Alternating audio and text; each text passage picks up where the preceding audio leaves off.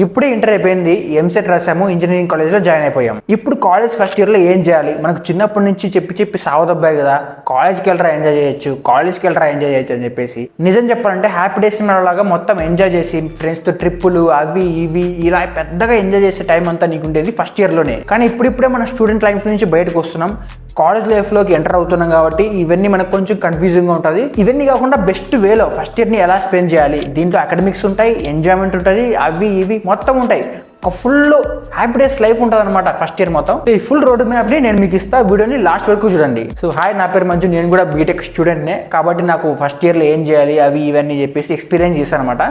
వీటన్నిటితో నేను మీకు గైడ్ చేస్తా. కాలేజ్లోకి వెళ్ళిన తర్వాత ఫస్ట్ డే నువ్వు ఏం చేస్తావు? ఫస్ట్ క్లాస్లోకి వెళ్తావు, అవునా? ఇంకా ఈ సీనియర్లు అవి ఇవన్నీ కొద్దిసేపు పక్కన పెడదాం. ఫస్ట్ నేను చెప్పేది, క్లాస్లోకి వెళ్ళిన తర్వాత నీకు ఇక్కడ చాలా మంది ఫ్రెండ్స్ ఉంటారు. ఆ మొహాల్ని నువ్వు ఇప్పటివరకు ఎప్పుడు చూడలేదు, వాళ్ళలో డిఫరెంట్ టైప్ ఆఫ్ పర్సన్స్ ఉంటారు. సో క్లాస్లోకి వెళ్ళిన తర్వాత ఫస్ట్ నువ్వు ఏం చేస్తావంటే వీలైనంత మందిని విష్ చేసి వాళ్ళతోటి పరిచయం చేసుకో. జస్ట్ వాళ్ళ దగ్గరికి వెళ్ళి హాయ్, నా పేరు మంజు, సో నేను ఇక్కడ నుంచి వచ్చా, ఇది అది అంతే.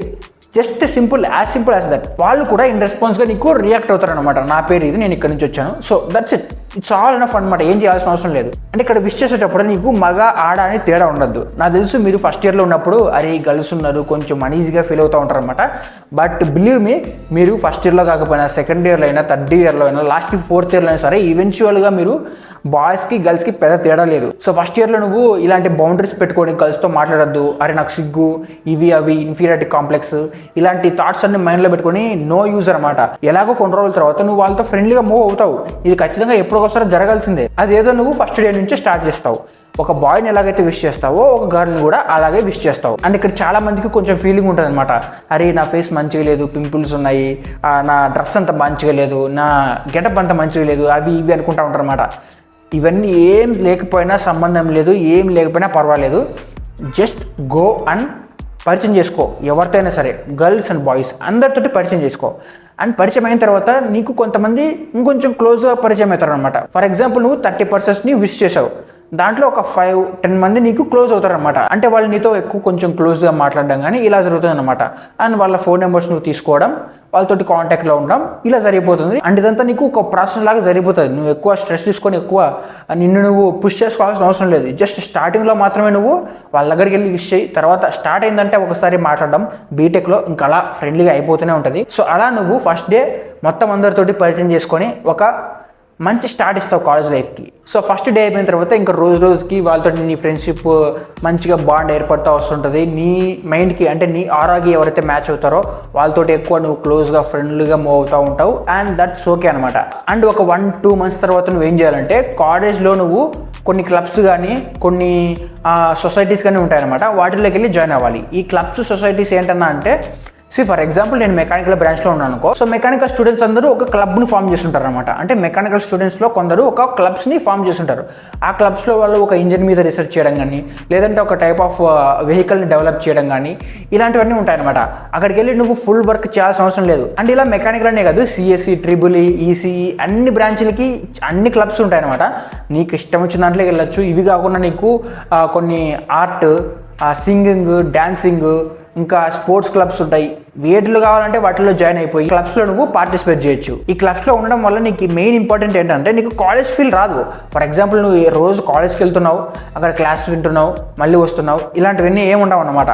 ఒక క్లబ్స్లోకి వెళ్తుంటే అక్కడ నీకు తెలియని వాళ్ళు పరిచయం అవుతారు. వాళ్ళు ఒక పని మీద వర్క్ చేస్తుంటారు కాబట్టి నువ్వు కూడా వాళ్ళ నుంచి కొంచెం నేర్చుకుంటూ ఉంటావు, వాళ్ళతోటి మాట్లాడుతూ ఉంటావు, వాళ్ళ నుంచి ఒక టీమ్ స్పిరిట్ బిల్డ్ అవుతుంది నీకు కూడా.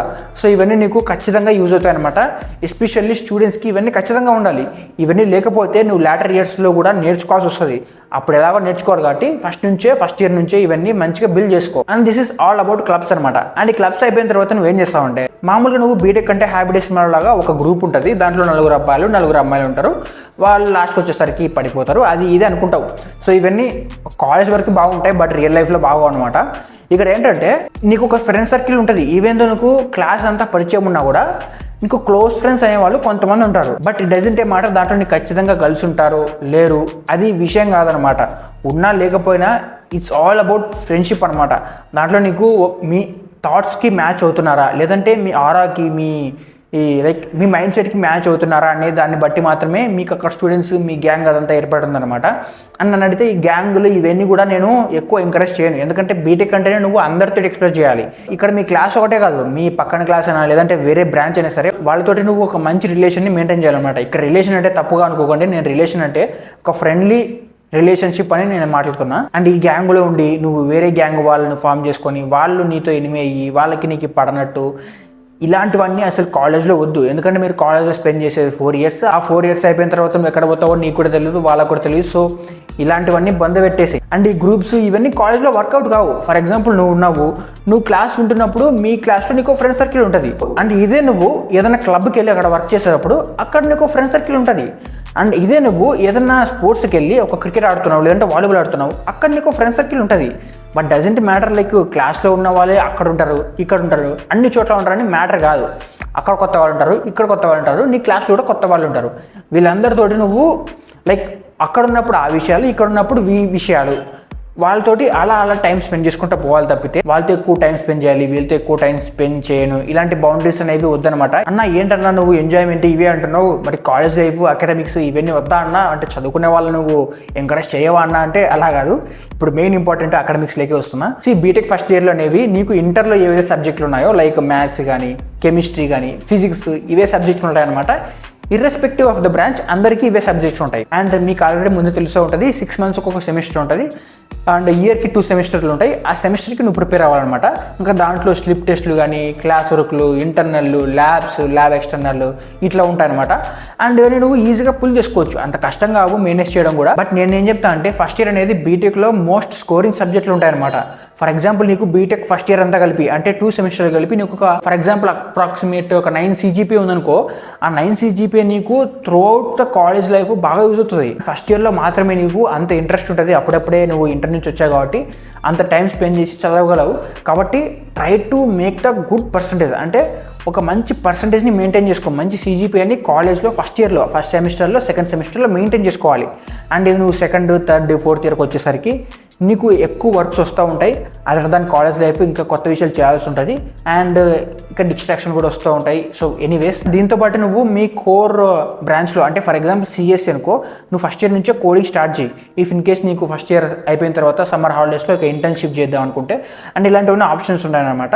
కాబట్టి నువ్వు ఫస్ట్ ఇయర్ నుంచే కొంచెం CSEలో ఉన్న వాళ్ళు కోడింగ్ పరంగా కానీ అండ్ ఏ బ్రాంచ్లో ఉన్న వాళ్ళు దాంట్లో కొంచెం ఎక్కువ నేర్చుకోవడం, ఒక స్కిల్స్ మీద మీరు ఎక్కువ టైం స్పెండ్ చేస్తున్నప్పుడు అవి నీకు ఫ్యూచర్లో ఇంటర్న్షిప్ తెచ్చుకోవడం కానీ వేరే విషయాల్లో కానీ హెల్ప్ అవుతాయి. అండ్ ఇలా అకాడమిక్సే కాకుండా మీరు కాలేజ్లో ఎక్స్ట్రా కరికులర్ యాక్టివిటీస్ కూడా చేయాలి. అంటే నేను చెప్పినా కదా ఈ క్లబ్స్ కానీ సొసైటీస్ కానీ ఇవి అండ్ ఇలా మేనేజ్ చేసుకుంటా ఉంటే నువ్వు ఫస్ట్ ఇయర్లో కానీ సెకండ్ ఇయర్లో కానీ మీ ఫ్రెండ్స్తో కలిపి ఇట్లా ట్రిప్కి వెళ్ళడం కానీ ఎంజాయ్ చేయడం ఇవన్నీ ఉంటాయన్నమాట. సో ఇవన్నీ కావాలంటే నీకు ఫస్ట్ ఉండాల్సింది ఏంటి, నీ మీద నీకు కాన్ఫిడెన్స్. ఆ కాన్ఫిడెన్స్ అనేది నువ్వు ముందే నుంచే డెవలప్ చేసుకొని నిన్ను ఒక మంచి కాన్ఫిడెంట్ పర్సన్ లాగా వాళ్ళ ముందు పోర్ట్రేట్ చేసుకో. That's all about it. ఇదంతా ఫస్ట్ ఇయర్ గురించి అనమాట. సెకండ్ ఇయర్ థర్డ్ ఫోర్త్ ఇవన్నీ కొంచెం డిఫరెంట్ ఉంటుంది. వాటి గురించి కూడా నేను కంటెంట్ చేస్తా. అవన్నీ చూడాలంటే మీరు సబ్స్క్రైబ్ చేసి పెట్టుకోండి అండ్ మీ ఫ్రెండ్స్కి కూడా షేర్ చేయండి, లైక్ చేయండి. మీకు ఏది కావాలన్నా సరే ఫస్ట్ ఇయర్లో మీకు గైడెన్స్ ఇవ్వడానికి కానీ స్కిల్స్ పరంగా కానీ ఏదైనా సరే నేను వీడియోస్ చేస్తాను. బట్ నాకు కావాల్సిందల్లా మీ నుంచి సపోర్ట్ మాత్రమే. సో కాబట్టి కింద కామెంట్ చేయండి and see you in another video.